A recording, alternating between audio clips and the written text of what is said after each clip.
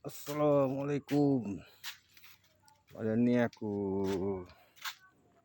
nak ajak sepatah. Orang panggil kepentingnya ground body. Ada seputik motor ni.